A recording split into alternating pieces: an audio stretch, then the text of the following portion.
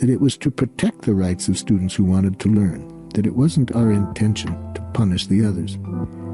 We used the dialogue with the students to demonstrate to the teachers that there were means of resolving conflicts beside withdrawal from the conflicts or using punitive force. I'd like now to talk about how to express anger and how to do it fully.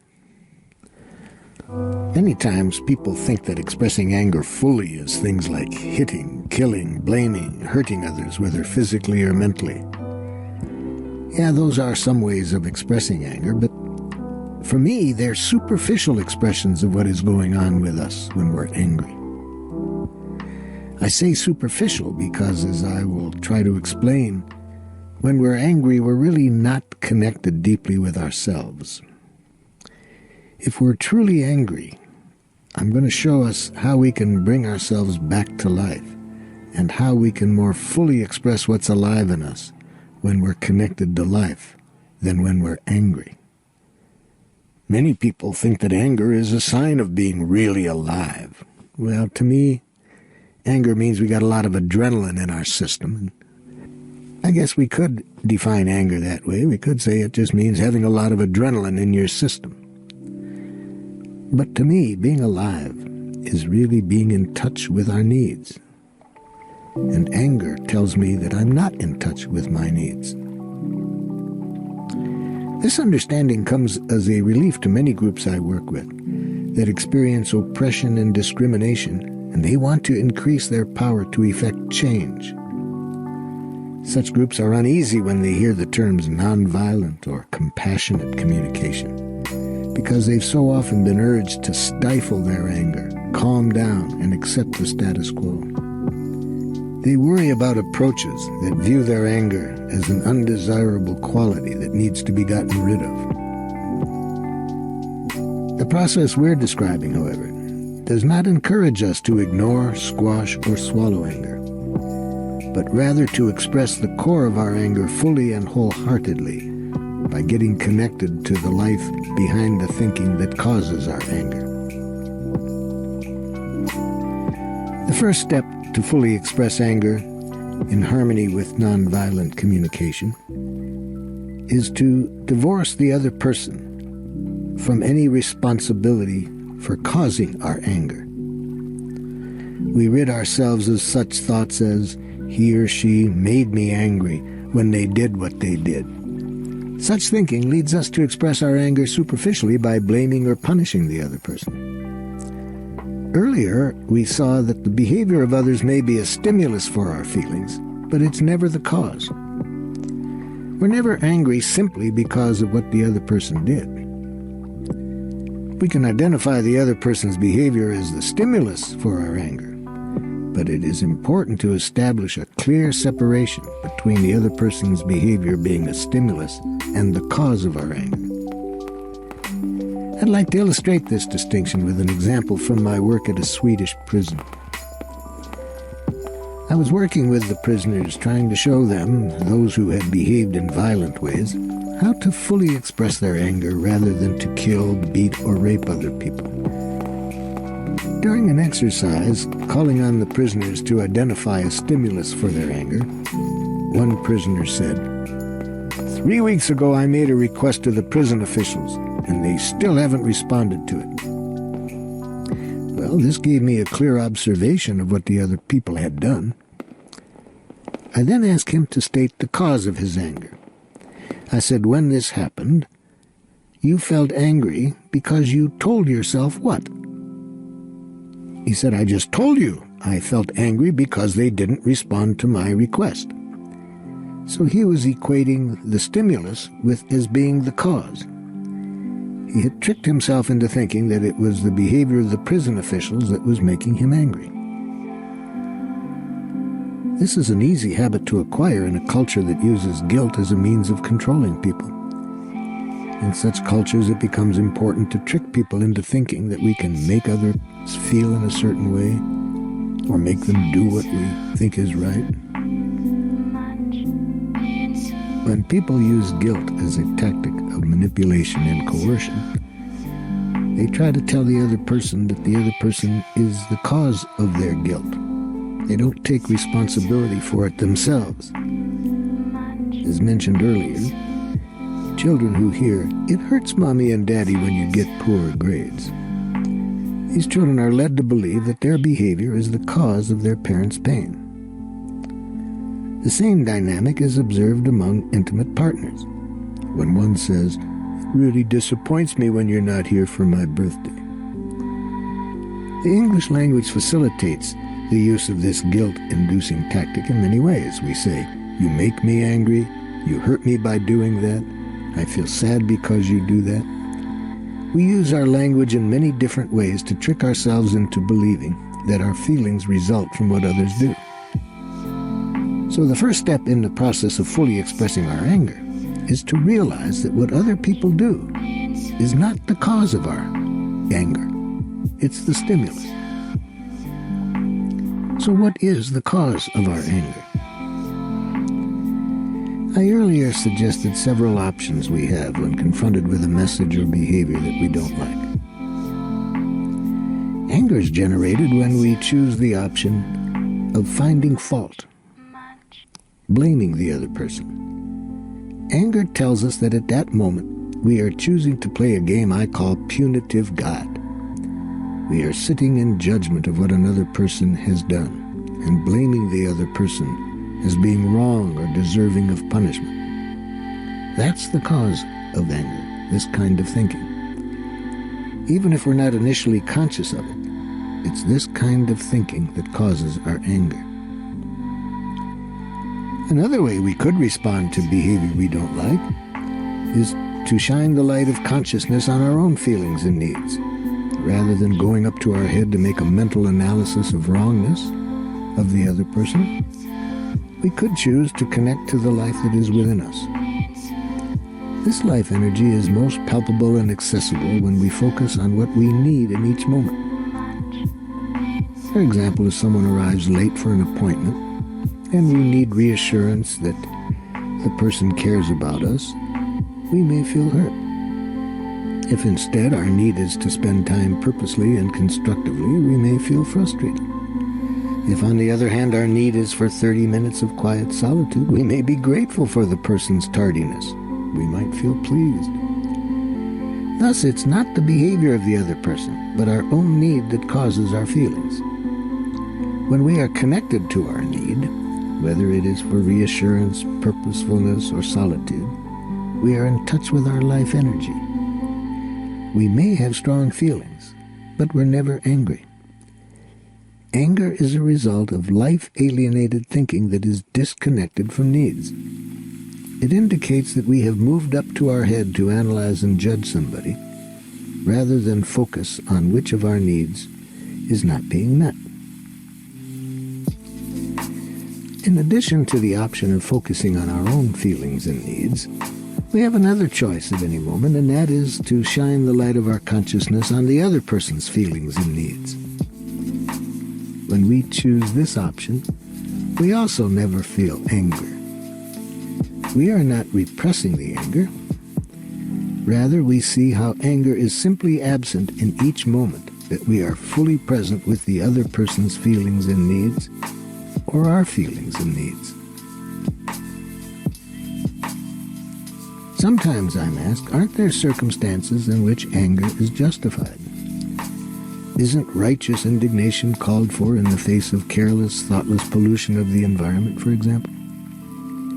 My answer is that I strongly believe that to whatever degree I support the consciousness that there is such a thing as a careless action, or a conscientious action, a greedy person, or a moral person, I believe in some way I'm really contributing to violence on this planet. Rather than agreeing or disagreeing about what people are for murdering, raping, or polluting the environment, I believe we serve life better by focusing attention on whether or not our needs are being met by such behavior. I see all anger as a result of life-alienating, violence-provocative thinking. That's the cause of the anger. I think at the root of all anger is a need that's not being fulfilled.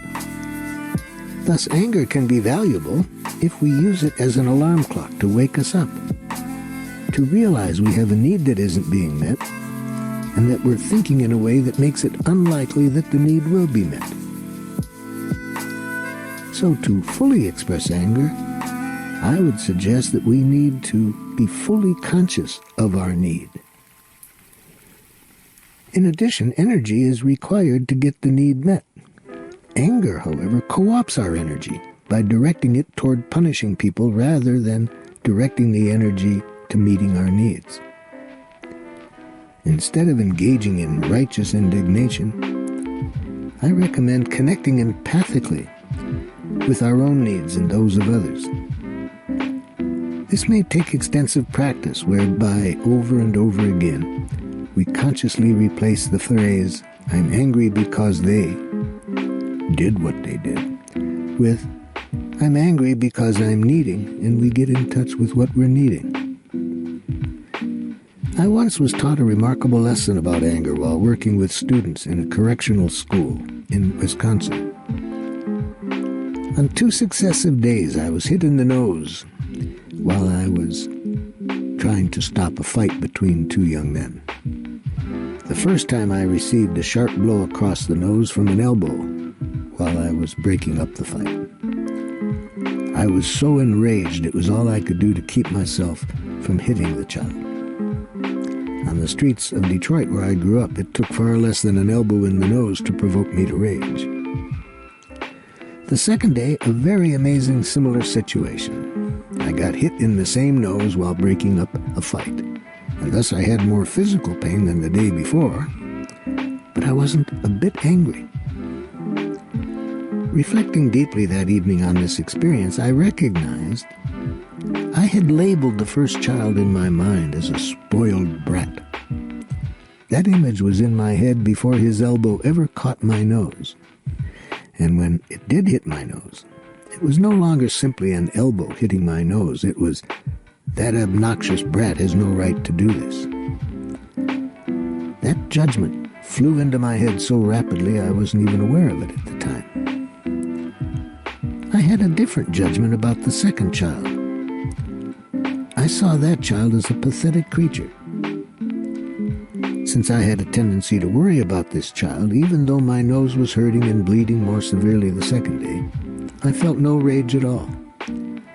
I could not have received a more powerful lesson to help me see that it's not what other people do, but the images and interpretations in our heads that produces our anger. I emphasize the distinction between cause and stimulus on practical and tactical, as well as on philosophical grounds. I'd like to illustrate this point by returning to the dialogue I referred to earlier with John, that prisoner in Sweden. As you recall, John said, 3 weeks ago I made a request to the prison officials, and they still haven't responded to my request. And then I asked John, so when this happened, you felt angry because what? What was going on in you that made you angry? John, I just told you they didn't respond to my request. I said, hold it. Instead of saying I felt angry because they, stop and become conscious of what you're telling yourself that's making you so angry. John said, I'm not telling myself anything. And I said, hey, John, slow down. Stop. Just listen to what's going on inside yourself. John stopped and reflected for a few moments, and then he said, well, I'm telling myself that they have no respect for human beings. They're a bunch of cold, faceless bureaucrats who don't give a damn about anybody but themselves. They're a bunch of... And I interrupted him. I said, hold it, that's enough. That's enough. Look at all that's going on in you. That's why you're angry. You have that thinking going on. He said, well, what's wrong with thinking that way? I said, I'm not saying there's anything wrong with thinking that way. Notice I'm just trying to say that it's this thinking that is causing you to be angry. I'm not saying you shouldn't judge people. You shouldn't think in this way. If I did, I'd be doing the very thing. No, all I want you to do is see that when you see people that way and think about them that way, it's that thinking on your part that makes you angry. Now I'd like you to try something else. Now look for your needs that are being expressed through that message. You see, remember what I told you earlier, John? All of the judgments that make us angry are really expressions of needs. The needs are at the root of this. A need of yours isn't getting met. So focus on your need that wasn't met by their action. John deliberated about this for quite a long while, and then he said, Marshall, I need the training I'm requesting. If I don't get that training, just as sure as I'm sitting here, I'm going to end up back in this prison when I get out. I said, now, John, now that your attention is on your needs, how are you feeling right now?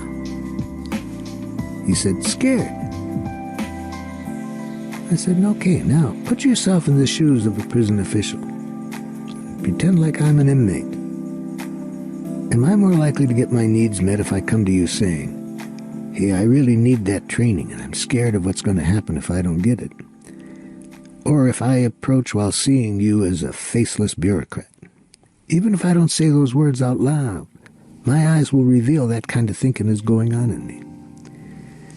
Which way am I more likely to get my needs met? John sat staring at the floor, silent. I said, hey, buddy, what's going on?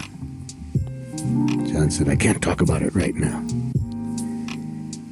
3 hours later, John approached me and said, Marshall, I wish you had taught me 2 years ago what you taught me this morning about anger. I wouldn't have had to kill my best friend. All violence, I believe, is the result of people tricking themselves, as did this young prisoner, into believing that their pain derives from other people, and that those people deserve to be punished for what they did. One time I saw my younger son take a 50-cent piece from his sister's room. I said, Brett, did you ask your sister whether you could have that? He answered, I didn't take anything from her. Now, I had several options. I could call him a liar, which would, however, have worked against my getting my needs met, since any judgment of another person diminishes the likelihood of our needs being met. Where I focused my attention at this moment was critical.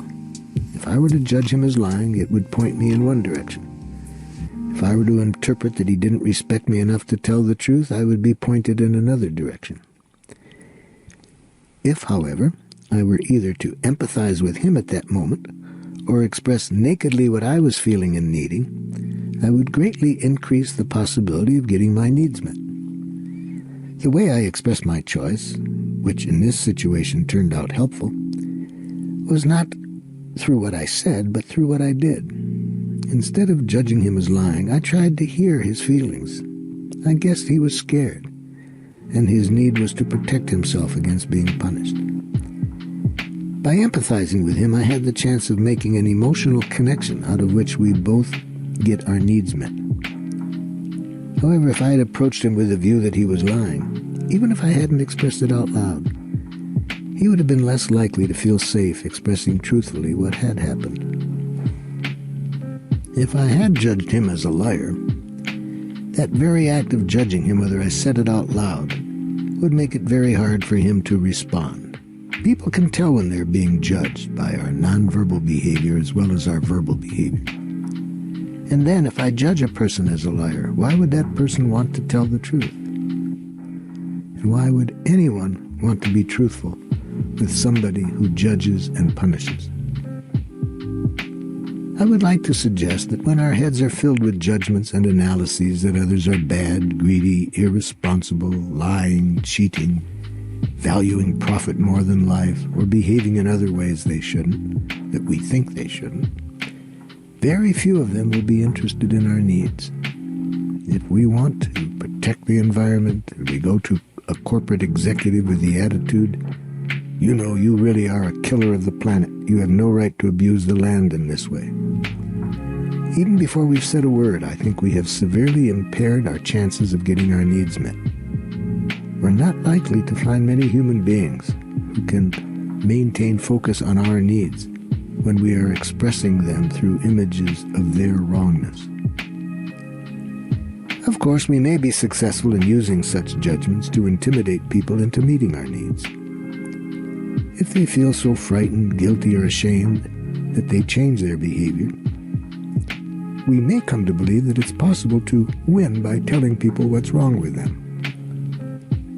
With a broader perspective, however, we realize that each time our needs are met in this way, we not only lose, but we have contributed very tangibly to violence on the planet. We may have solved an immediate problem, but we will have created another one. The more people hear blame and punishment, the more defensive and aggressive they become, and the less they will care about our needs in the future. So even if our present need is met, in the sense that people do what we want, we will pay for it later. So let's look then at what the process of fully expressing our anger actually requires in concrete form. The first step is to stop and do nothing. Just take a breath. We refrain from making any move to blame or punish the other person. We simply stay quiet. Then we identify the thoughts that are making us angry. For example, we overhear a statement that leads us to believe that we've been excluded from a conversation because of race.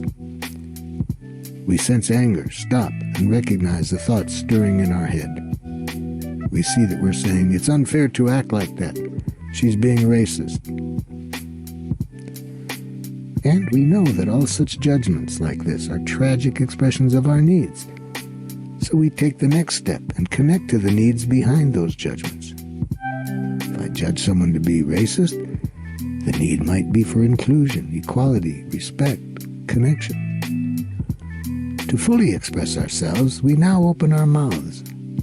But what comes out is not the anger and the judgments that cause the anger. Now we're connected to life. What comes out is what needs of ours have not been met. And anger is no longer the feeling, because when we're connected to our needs, we feel other feelings than anger. We might feel frustrated, powerless, sad, but never angry. To articulate these feelings, however, may require a lot of courage. For me, it's easy to get angry and tell people that was a racist thing to do. In fact, I may even enjoy saying such things, but to get down to the deeper feelings and needs behind such a statement may be very frightening. So to fully express what's going on in us, we don't stop at the anger and express that, or express the judgments that we have.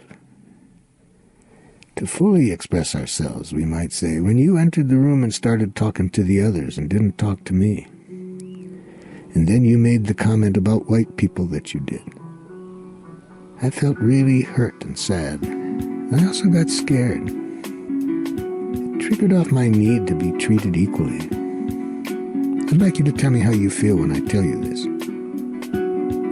When I come out of that kind of energy, the energy of being in touch with my feelings and needs, the other person and I are both more likely to get our needs met than if I react out of the energy coming from my judgments." In many cases, however, another step needs to take place before we can expect the other person to connect with what's going on in us. Because it will often be difficult for others to receive our feelings and need in such situations, we often need to first empathize with them if we want them to hear us. The more we empathize with what leads others to behave in ways that are not meeting our needs, the more likely it is that they'll be able to reciprocate afterwards. Over the last 30 years, I've had a wealth of experience sharing nonviolent communication with people who harbor strong beliefs about specific races and ethnic groups. Early one morning, I was picked up by a cab at an airport to take me into town. A message from the dispatcher came over the loudspeaker for the cabbie. The message was, "Pick up Mr. Fishman at the synagogue on Main Street." There was another man sharing the cab with me, and he muttered, "These kikes get up early in the morning so they can screw everybody out of their money." For 20 seconds, there was smoke coming out of my ears. In earlier years, my first reaction would have been to want to physically hurt such a person. Now I took a few deep breaths, gave myself some empathy for the hurt, fear, and rage that were stirring inside of me. I listened to the feelings, but then I stayed conscious that my anger wasn't coming from what my fellow passenger nor the statement he had just made. Rather, I realized his comment had triggered off a volcano inside of me. I could see that my anger came from a deeper source than the judgment that made me angry. I sat back and simply allowed the violent thoughts to play themselves out. Giving myself this empathy enabled me then to focus my attention on the humanness behind his message. I wanted to see the beauty in him, to understand what was alive in him when he made that remark. I also wanted him to understand me and the pain that I felt, and I trusted that he would be better able to do that if he felt that I empathically connected with what was going on in him when he said what he did. I said, "Are you feeling frustrated because you have some needs that haven't been met when you've dealt with money and with Jewish people?" He thought about that for a moment and said, "Yeah, these people are disgusting. They'll do anything for money." So I said, "If I'm understanding you, then you feel distrust and the need to protect yourself when you're involved in financial affairs with them." "That's right," he said. And he continued to release more judgments as I listened for the feeling and need behind each one. When we settle our attention on other people's feelings and needs, we experience our common humanity. When I hear that he's scared and wants to protect himself, I recognize that I have the need to protect myself at times. I know what it's like to be scared. So when my consciousness is focused on another person's feelings and needs, I see the universality of our experience. I had a major conflict with what went on in his head, of course. But I've learned that I enjoy human beings more if I don't get caught up in what they think in such situations. With people who are thinking in the way that he was, I've learned to savor life much more by only hearing what's going on in their hearts and not getting caught up with what's in their head. This man kept on pouring out his sadness and frustration. Before I knew it, he'd finished talking about Jews and moved on to people of color. He was charged with pain around a number of subjects. After nearly 10 minutes of my just listening, he stopped. He felt understood. Then I let him know what was going on in me. I said to him, "You know, when you first started to talk, I felt a lot of frustration and sadness and discouragement because I've had very different experiences with Jewish people than you've had, and I was wanting to share that I've had such different experiences. Can you tell me what you hear me saying right now?" And the man stopped for a moment and said, "Well, I'm not saying they're all..." I said, "Hold it, excuse me.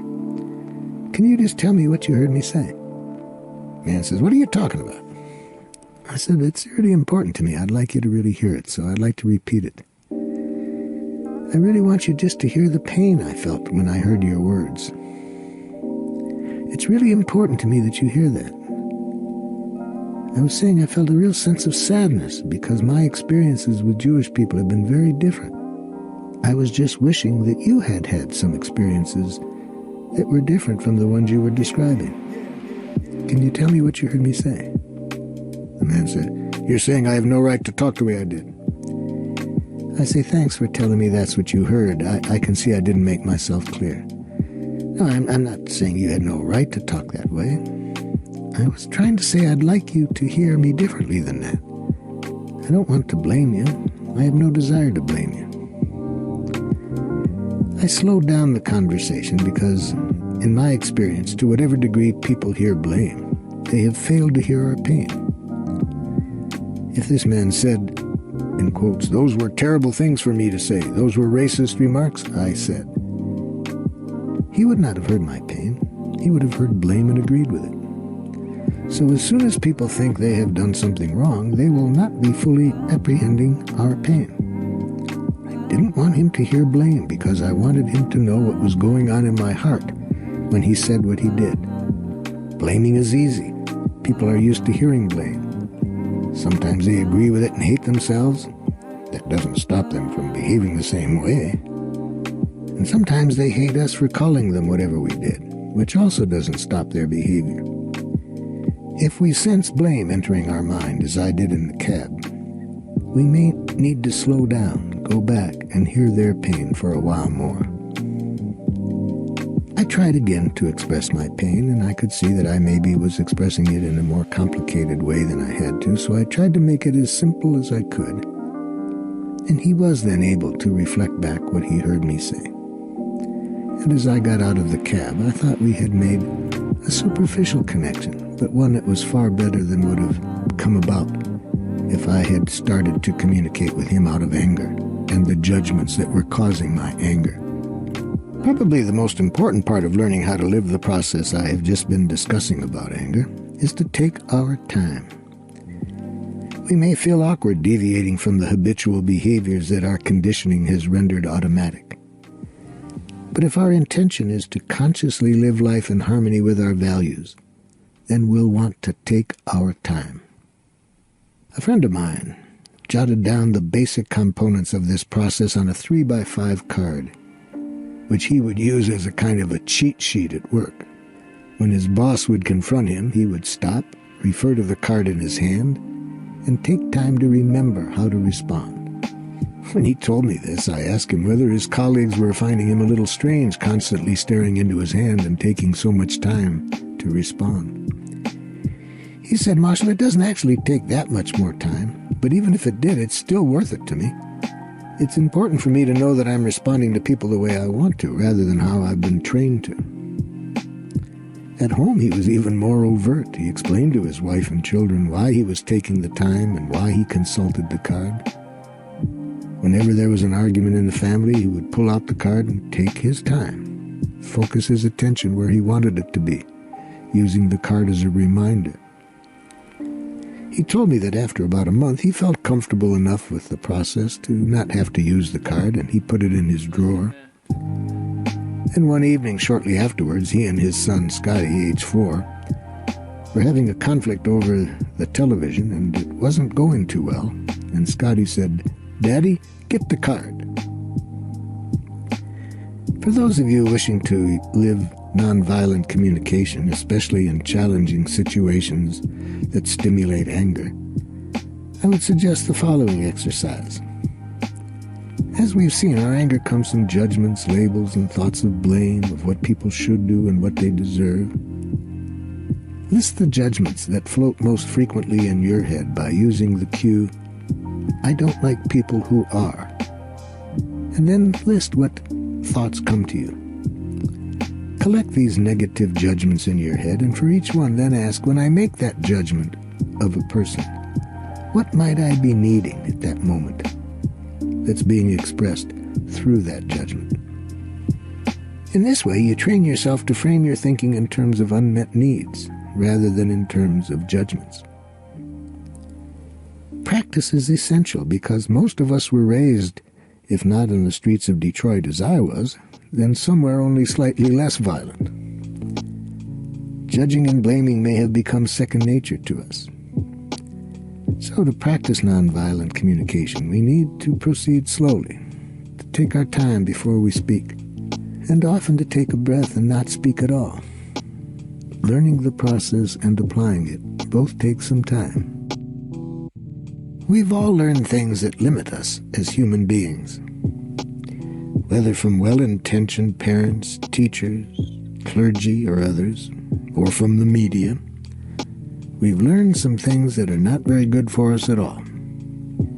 Passed down through generations, even centuries, much of this destructive learning is so ingrained in our lives that we're no longer conscious of it. In one of his routines, comedian Buddy Hackett, raised on his mother's rich cooking, claimed that he never realized it was possible to leave the table without feeling heartburn until he was in the Army. He was so accustomed to his mother's cooking that heartburn had become a way of life. In the same way, pain engendered by damaging cultural conditioning is such an integral part of our lives that we're often no longer distinguishing its presence. It takes tremendous energy and awareness to recognize this destructive learning and transform it into thoughts and behaviors that are of value and of service to life. This requires a literacy of needs and the ability to get in touch with ourselves, both of which can be difficult if we have gone through some cultural training that teaches us not to be connected to ourselves. Not only have we never been educated to be literate about our needs, we're often exposed to cultural training that actively blocks our consciousness. As mentioned earlier, we've inherited a language that served kings and powerful elites in domination societies. The masses, discouraged from developing awareness of their own needs, have instead been educated to be nice, dead people.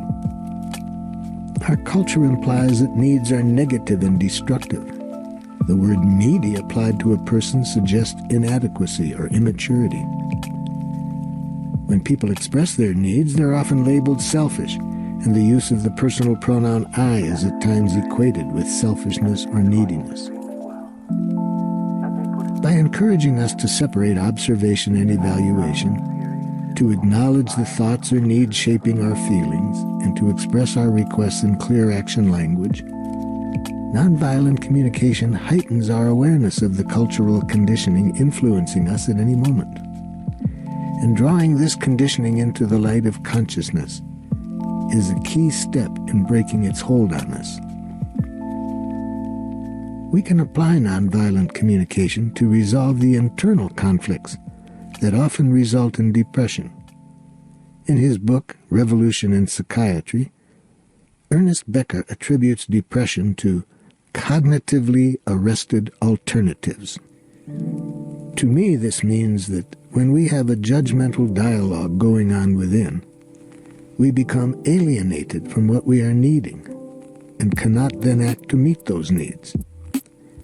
Depression, then, is indicative of a state of alienation from our own needs. A woman studying nonviolent communication was suffering a profound bout of depression. She was asked to identify the voices within her when she felt the most depressed, and to write them down in dialogue form as though they were speaking to each other. The first two lines of her dialogue were Voice 1, which was labeled by her career woman, I should do something more with my life. I'm wasting my life. I'm wasting my education. I'm wasting my talents. Voice 2, which she labeled Responsible Mother, said to her, You're being unrealistic. You're a mother of 2 children. You can't handle that responsibility. So how can you handle anything else? Notice how these inner messages are infested with judgmental terms and phrases such as should, wasting my education and talents, etc. Variations of this dialogue have been running for months in the woman's head. She was then asked to imagine the career woman voice taking a course in nonviolent communication and thinking what it would be said if she could say it in terms of her feelings and needs.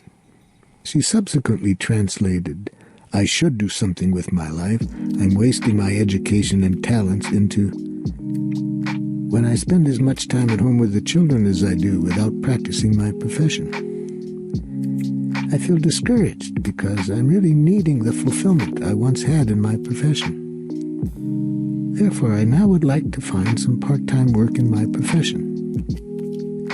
Then it was the turn of her voice, Responsible Mother, to undergo the same process. The lines, You're being unrealistic, you're a mother of 2 children and can't handle that responsibility, so how can you handle anything else, were transformed into, When I imagine going to work, I feel scared because I'm needing reassurance that the children will be well taken care of. Therefore, I would now like to plan how to provide high-quality childcare while I work, and also how to find sufficient time to be with the children when I'm not tired. This woman felt great relief as soon as she translated her inner messages in this way. she was able to get beneath the alienating messages she was repeating to herself and offer herself empathy. Although she still faced practical challenges, such as securing quality childcare and her husband's support, she was no longer subject to the judgmental internal dialogue that kept her from being aware of her own needs and for taking actions to meet her needs. When we're entangled in critical, blaming, or angry thoughts, it is difficult to establish a healthy internal environment for ourselves. Nonviolent communication helps us create a more peaceful state of mind by encouraging us to focus on what we are truly wanting, rather than on what is wrong with ourselves or others. Many years ago, after having just invested 9 years of my life in the training and diplomas necessary to qualify as a psychotherapist, I came across a dialogue between the Israeli philosopher Martin Buber and the American psychologist Carl Rogers, in which Buber questions whether anyone could do psychotherapy in the role of a psychotherapist. Buber was visiting the United States at the time and had been invited, along with Carl Rogers, to a discussion at a mental hospital in front of a group of mental health professionals. In this dialogue, Buber states that human growth occurs through a meeting between two individuals who express themselves vulnerably and authentically, in which he termed an I-thou relationship. He didn't believe that this type of authenticity was likely to exist when people meet in the roles of psychotherapist and client. Rogers agreed that authenticity was a prerequisite to growth. He maintained, however, that enlightened psychotherapists could choose to transcend their own role and encounter their clients authentically. Buber was skeptical. He was of the opinion that even if psychotherapists were committed and able to relate to their clients in an authentic fashion, such encounters would be impossible as long as the clients continued to view themselves as clients and their psychotherapists as psychotherapists. He observed how the very process of making appointments to see someone at an office, paying fees, how this dimmed the likelihood of an authentic relationship developing between two people. This dialogue clarified my own long-standing ambivalence toward clinical detachment, a sacrosanct rule in the psychoanalytic psychotherapy I was taught.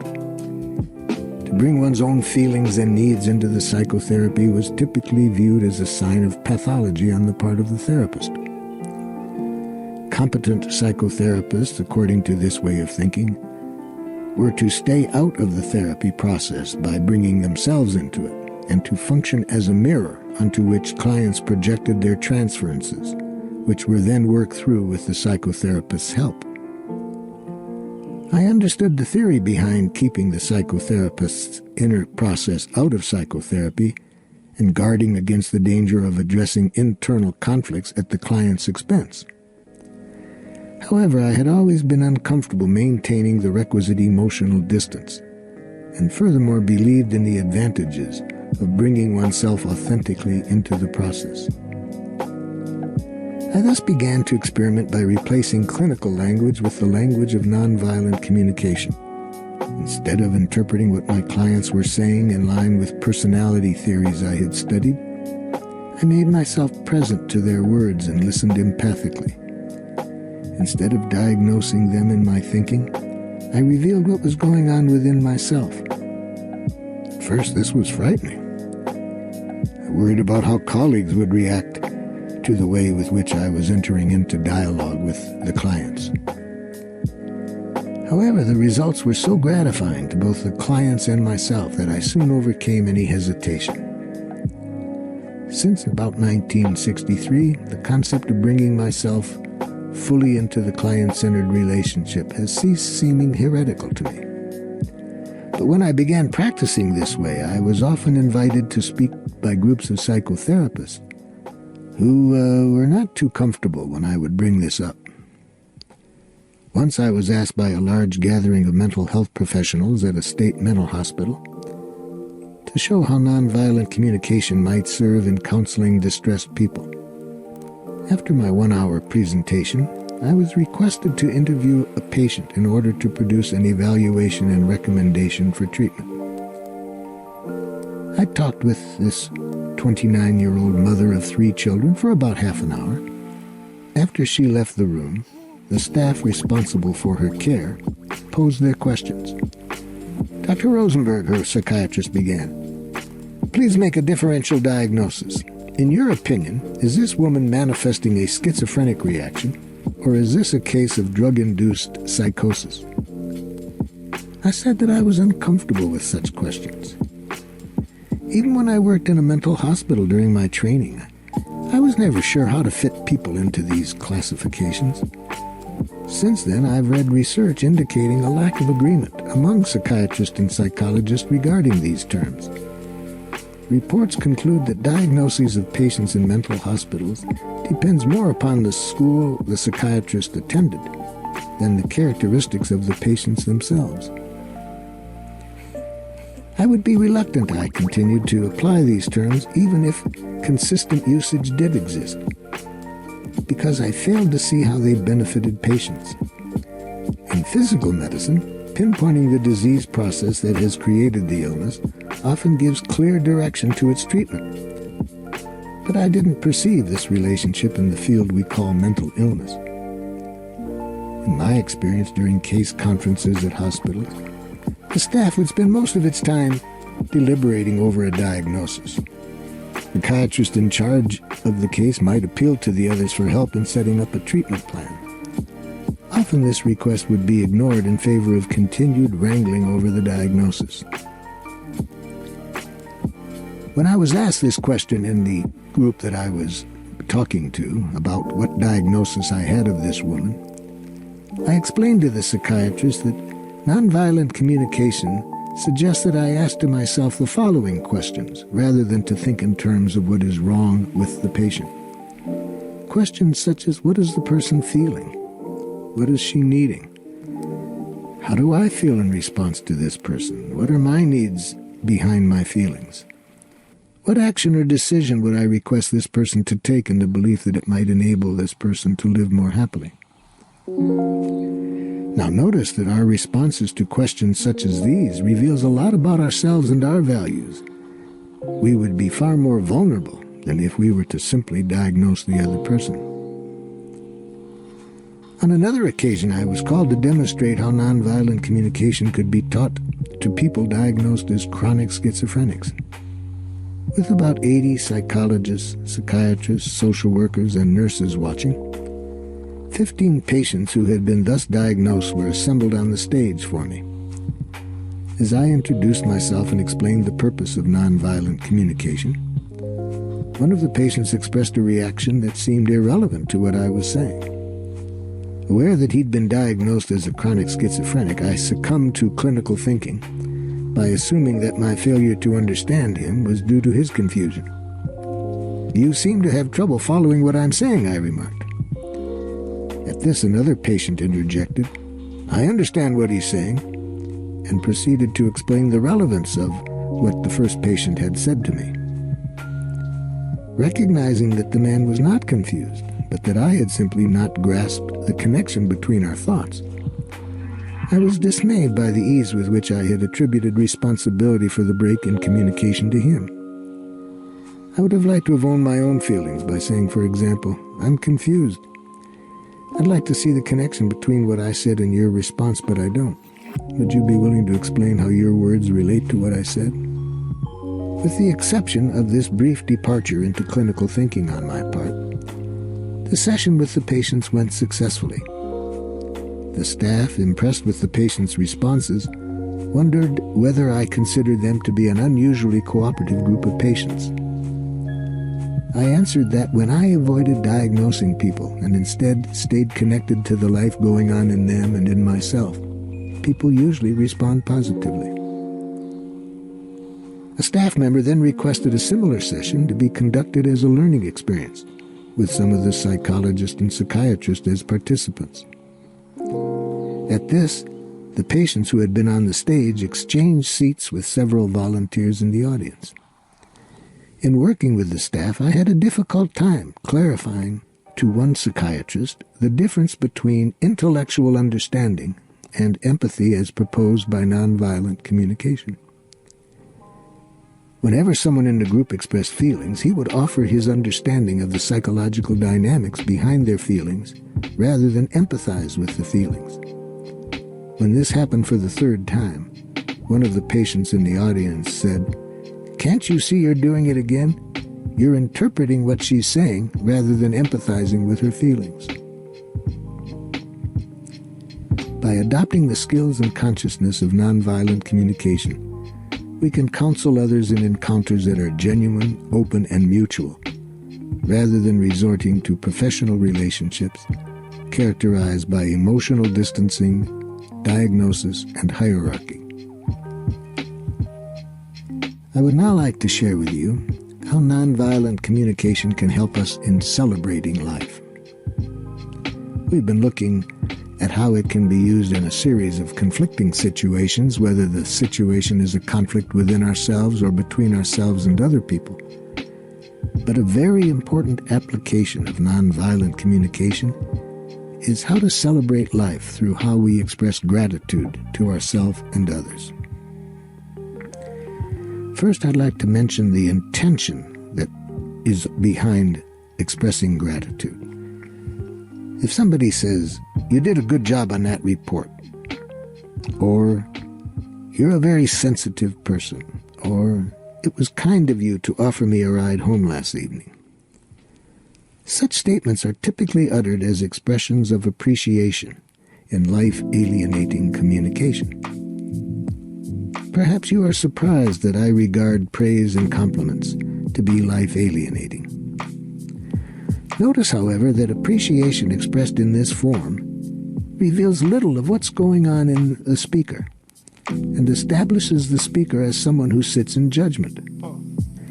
I define judgments, both positive and negative, judgments that imply rightness or wrongness, as life-alienating communication.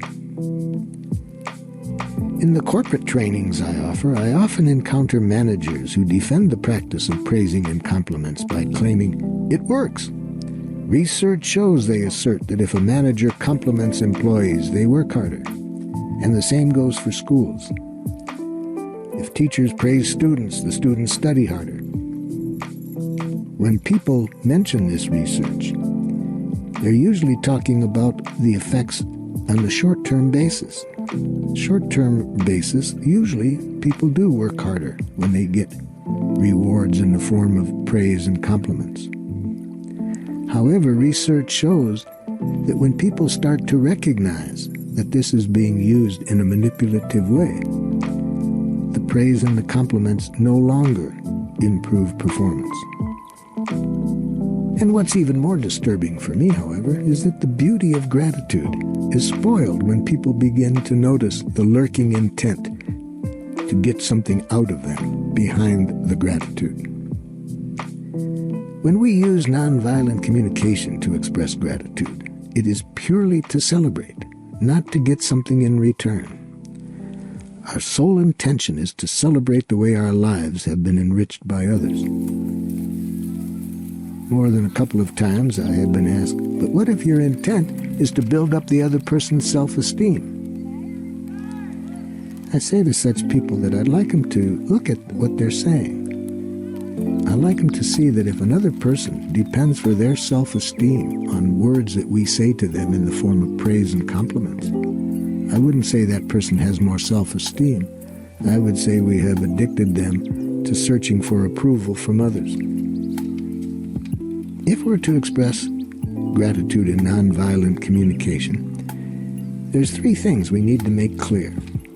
First, the actions that the other person has taken that have contributed to our well-being. Second, the needs of ours that have been fulfilled through the action.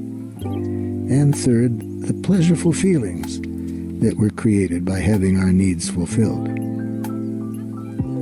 The sequence of these ingredients may vary, or sometimes all three can be conveyed by a smile or a simple thank you. However, if we want to ensure that our gratitude has been fully received, I have found it valuable to develop the literacy of expressing all three components verbally. The following dialogue illustrates how praise may be transformed into an appreciation that embraces all three components.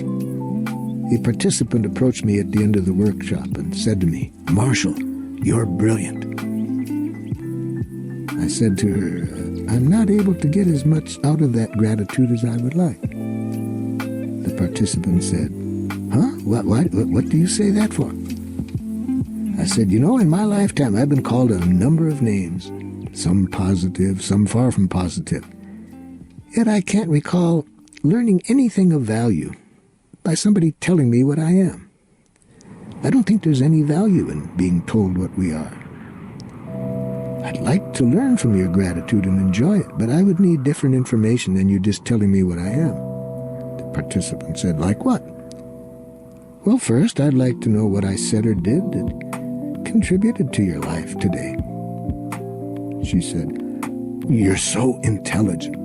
I said, "No, I'm afraid you've just given me another judgment that tells me what I am. But that still leaves me wondering what I did that contributed to your life in some way." The participant thought for a while. Then she looked into her notes and said, "Okay, I see what you mean. Look at this. You said these two things." I looked at her notes. Yes, I did say those two things. I said, "Okay, so it's my saying those two things that you want to talk to me about." She said, "Yes." And I said, "Now, I'd like to know now how you feel as a result of my having said those two things." She said, "Hopeful and relieved." I said, "That helps me enjoy your gratitude better. And now what would really help me to enjoy it, I'd like to know what needs of yours were met by my saying those two things." She said, "I have this 18-year-old son. I haven't been able to communicate with him. From the time he's been 5 years old, we keep arguing and we're never able to really connect. I've been desperately searching for some direction that might help me to relate to him in a more loving manner. And those two things you said met my need for some concrete direction for connecting with him. Hearing all three pieces of information, what I did, how she felt, what needs of hers were fulfilled, I could then celebrate the gratitude with her. Had she initially expressed her gratitude in nonviolent communication, it might have sounded like this: "Marshall, when you said these two things," and then she showed me the two things she was referring to, "when you said that, I felt very hopeful and relieved, because I've been needing a way to connect with my son, and these gave me the way to connect with him that I was wanting." Many of us do not receive gratitude very well. We fret over whether we deserve it. We worry about what's being expected of us, especially if we have had teachers or managers who have used gratitude as a means to spur productivity. Or we're nervous about living up to what we see as expectations behind the gratitude. Accustomed to a culture where buying, earning, and deserving are the standard modes of interchange, we are often uncomfortable with simple giving and receiving. Nonviolent communication encourages us to receive gratitude with the same quality of empathy we express when listening to any message. We hear what we've done that's contributed to the other's well-being. We hear their feelings and the needs that were fulfilled. We take into our hearts the joyous reality that we can each enhance the quality of others' lives. I was taught to receive appreciation with grace by my friend Nafez Aseli. He was a member of a Palestinian team whom I had invited to Switzerland for training in nonviolent communication. At the end of the workshop, Nafez came up to me and said, "This training will be very valuable for us in working for peace in my country." He said, "I would like to thank you in a way that we Sufis do when we want to express special appreciation for something." Locking his thumb onto mine, he looked me in the eye and said, "I kiss the God in you that allows you to give us what you did." He then kissed my hand. Nafez's expression of gratitude showed me a different way to receive gratitude. Usually it's received from one of two polar positions. At one end, what we call egotism, believing ourselves to be superior because we've been given this gratitude. At the other extreme is false humility, denying the importance of the appreciation by shrugging it off and saying things, "Oh, it's nothing." Nafez showed me that I could receive appreciation and gratitude joyfully in the awareness that what I had been given enabled me to enrich the lives of others. If I am aware that it is this power of a divine energy working through each of us that gives us the power to enrich lives for others, then I would avoid the ego trap and the false humility poles. Golda Meir, when she was the Israeli prime minister, once chided one of her ministers who couldn't receive the gratitude except to try to be humble about it. She said, "Don't be so humble. You're not that great." The following lines that I read in a book by Marianne Williamson serve as another reminder for me to avoid the pitfall of false humility. It also helps me to understand why so many people have fear receiving gratitude. In her book, she writes, "Our deepest fear is not that we are inadequate. Our deepest fear is that we are powerful beyond measure.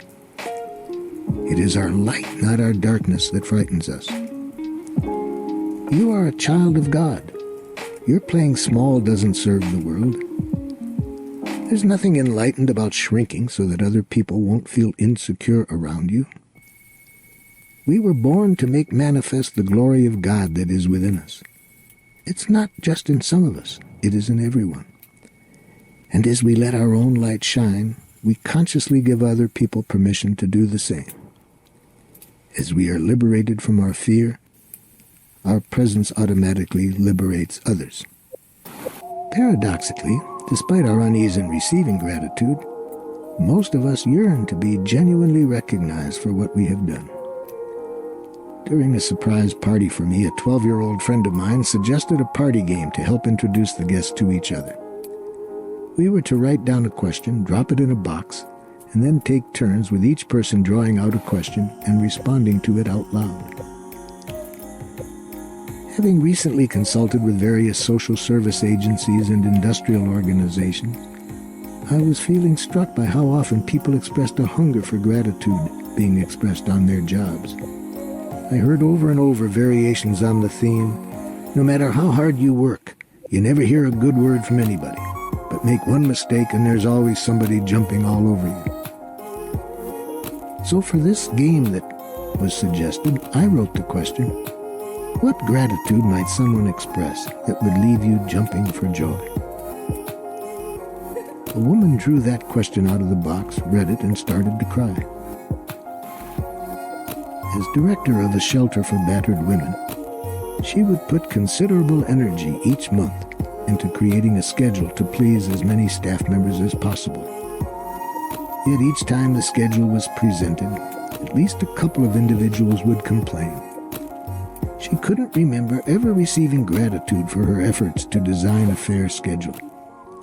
All this had flashed through her mind as she read my question, and the hunger for gratitude brought tears to her eyes. Upon hearing the woman's story, another friend of mine said that he too would like to answer that question. Everyone else then also wanted to take a turn. As they responded to the question, several people wept. While the craving for gratitude, as opposed to manipulative praise and compliments, is particularly evident in the workplace, it affects family life as well. One evening when I pointed out this failure to perform a house chore, my son Brett retorted, "Dad, are you aware how often you bring up what's going wrong but almost never bring up what's gone right?" His observation stayed with me. I realized how I was continually searching for improvements, while too infrequently stopping to celebrate things that were going as I would like. I had just completed a workshop with over 100 participants, all of whom had evaluated it very highly with the exception of one person. However, what lingered in my mind was what that one person had written. That evening, as I deliberated on how often it's the things we have not done that we would like to have done that stay with us, rather than celebrating what we did do, I wrote a song that began, "If I'm 98% perfect on anything I do, it's the 2% I've messed up I'll remember when I'm through." It occurred to me that I had a choice to adopt instead the outlook of a teacher I knew. One of her students, having neglected to study for an exam, had resigned himself to turning in a blank piece of paper with his name at the top. He was surprised when she later returned the test to him with a grade of 14%. "What did I get 14% for?" he asked incredulously. "Neatness," she replied. Ever since my son Brett's wake-up call, I've tried to be more aware of what others are doing that enriches my life and to make sure that it gets expressed. I was deeply touched by a passage in John Powell's book, The Secret of Staying in Love, in which he describes his sadness over having been unable during his father's lifetime to express the gratitude he felt for him. How sad it seemed to me to miss the chance of expressing gratitude to the people who have been the greatest positive influences in our lives. Immediately, an uncle of mine, Julius Fox, came to mind. When I was a boy, he came daily to offer nursing care to my grandmother, who was totally paralyzed. While he cared for my grandmother, he always had a warm and loving smile on his face.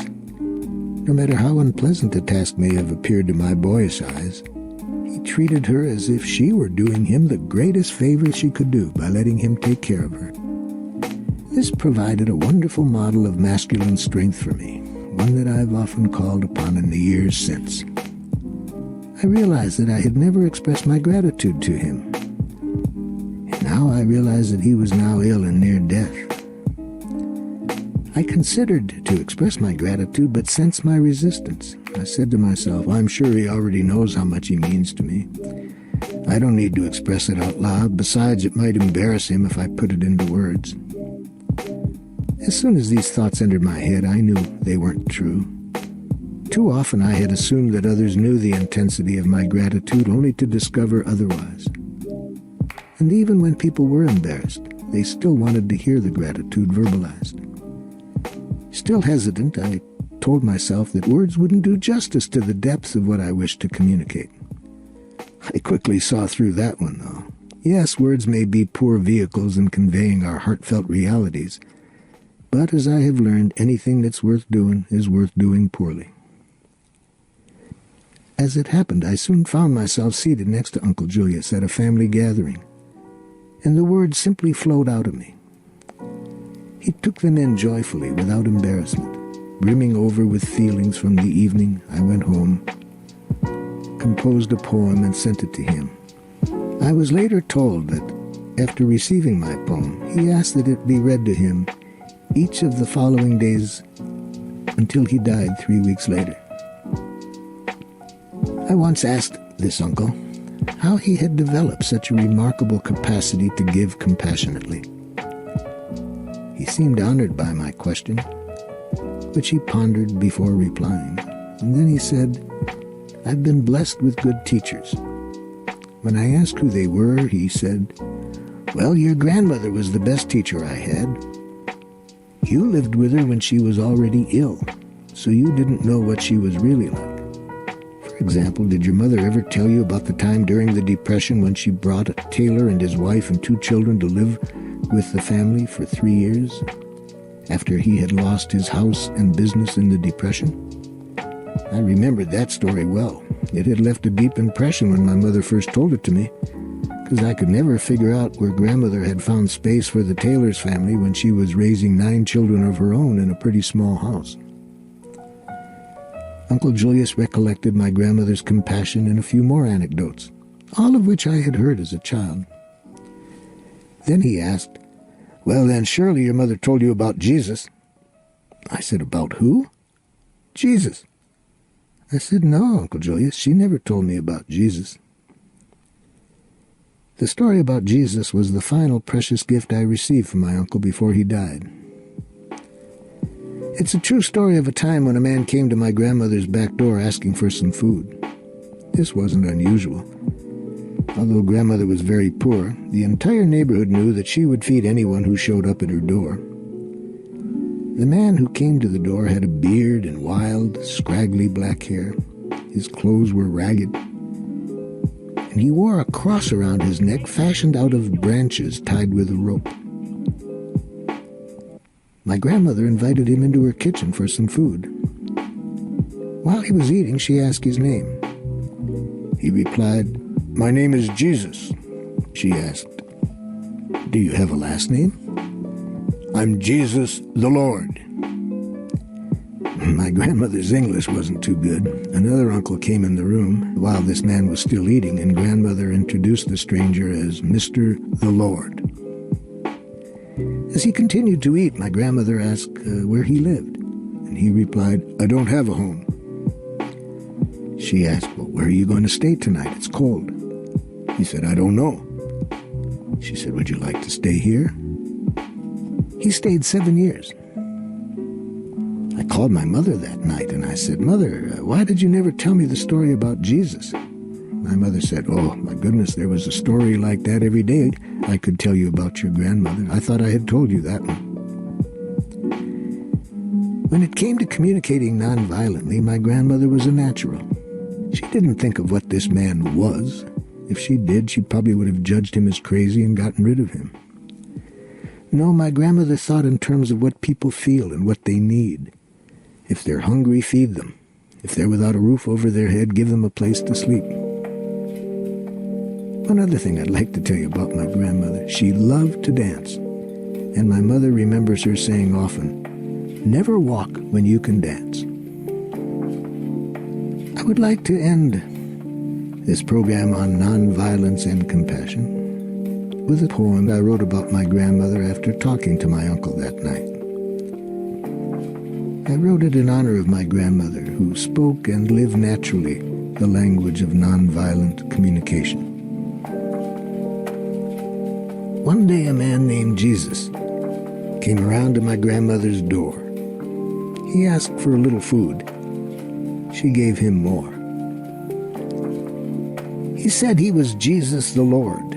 She didn't check him out with Rome. He stayed for several years, as many did, without a home. It was in her Jewish way. She taught me what Jesus had to say. In that precious way, she taught me what Jesus had to say. And that's, feed the hungry, heal the sick, then take a rest. Never walk when you can dance. Make your home a cozy nest. Yes, it was in her Jewish way. She taught me what Jesus had to say. In her precious way, she taught me what Jesus had to say.